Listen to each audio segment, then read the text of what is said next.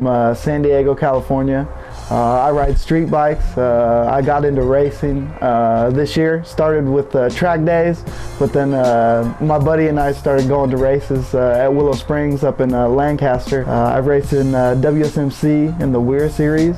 Probably the scrubbiest racer out there. I bust tables to get out to the racetrack, but it's what you got to do. I got payments on my race bike. I can't crash, or else I'm gonna be paying on a bike I don't have anymore. I went down once this season, and it pretty much almost ended the season. But knock on wood, only one time. That's not bad for your novice season. I haven't had that factory look since that crash, but ever since I've had duct tape, JB weld, and a safety wire holding my bike together, but got me some trophies.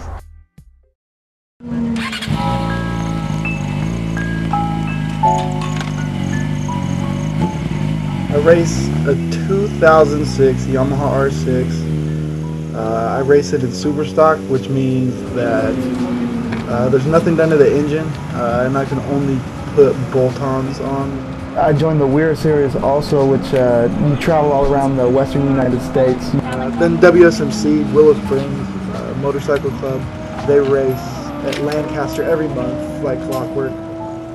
It's not just about your bike. You need a lot of equipment too. I mean, you need easy up, you need a generator, you got your transportation, so you pretty much need a truck or something that can tow a trailer. You know, you need your ramps, you need tie down, you need, you know, coolers for your food, you need all kinds of stuff, chairs, just stuff, little things that, you know, make your pit experience better.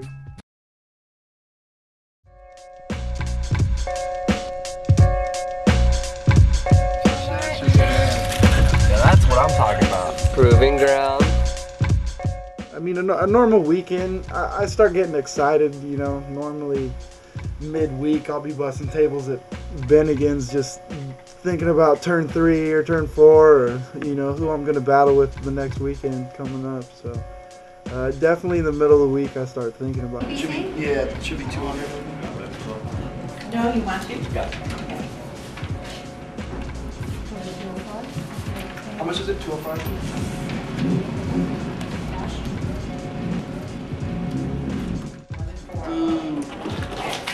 How much was it? That's what happens when you post entry. How much was it? Free entry? 85? Yeah, free entry saves you. Yeah, I would have. Are you win every day?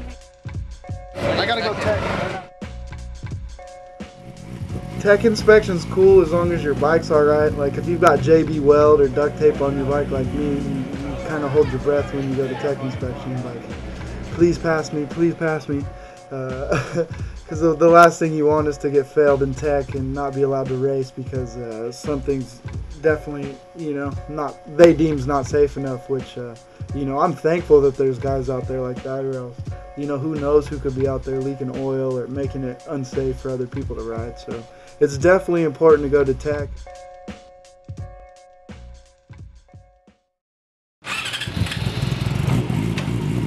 Tires are definitely one of the biggest things. That's definitely the biggest factor when it comes to cost too. You always figure your race fees along with tire costs.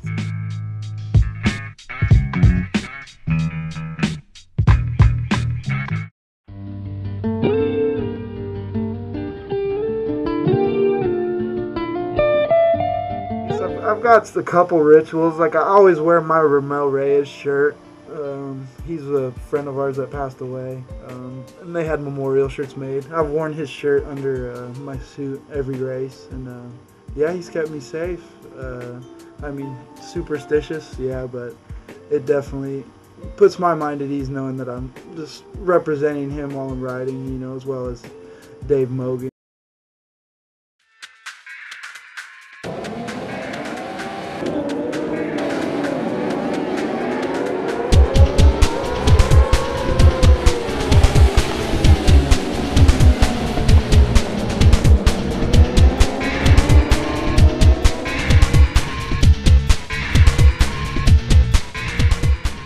During a race, you know, it's like a one time in your life that you can really focus and just have a clear head and just completely be in tune with what you need to do.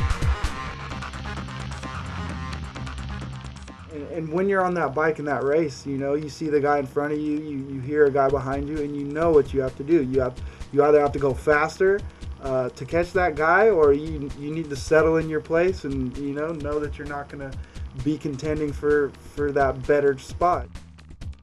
You definitely know when to push it, and maybe I should take it easy in this corner because if I go down, there's a wall right there. When you do get those moments of clarity, when you're just in tune with your bike and the racers around you, I would say it's almost zen-like. It's meditative, and it definitely changes who you are. I mean, it's hard to get that feeling in life after you push the limits of what you think you can do, and when you know how serious the repercussions of what you're doing could be, if you did go down at 160, 170 miles an hour. Dragging knee is off the hook. I mean, I used to drag knee a lot more when I was just starting out, because everyone wants to drag their knee. It's just, it's a status symbol. You got your knee down. That means you're fast enough to hang, or you hang off your bike enough to get your knee down.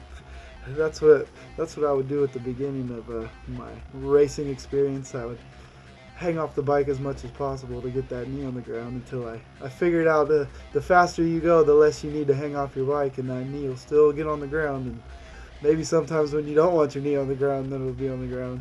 So it definitely changed as the season progressed, from something that you would try to do because it looked cool to almost a necessity to stabilize you while you're going a lot faster.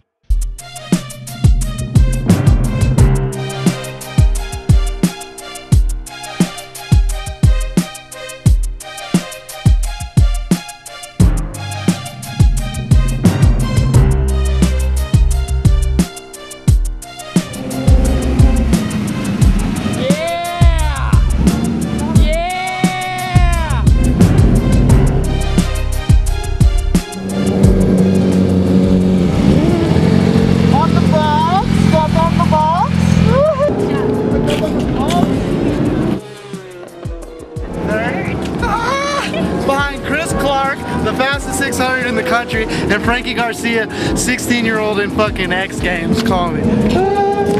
My dog, baby!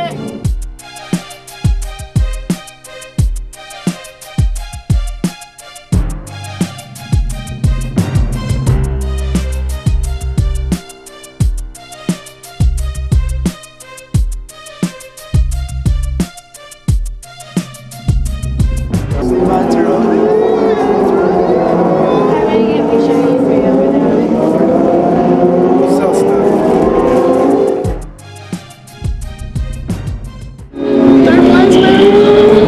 First trophy all year.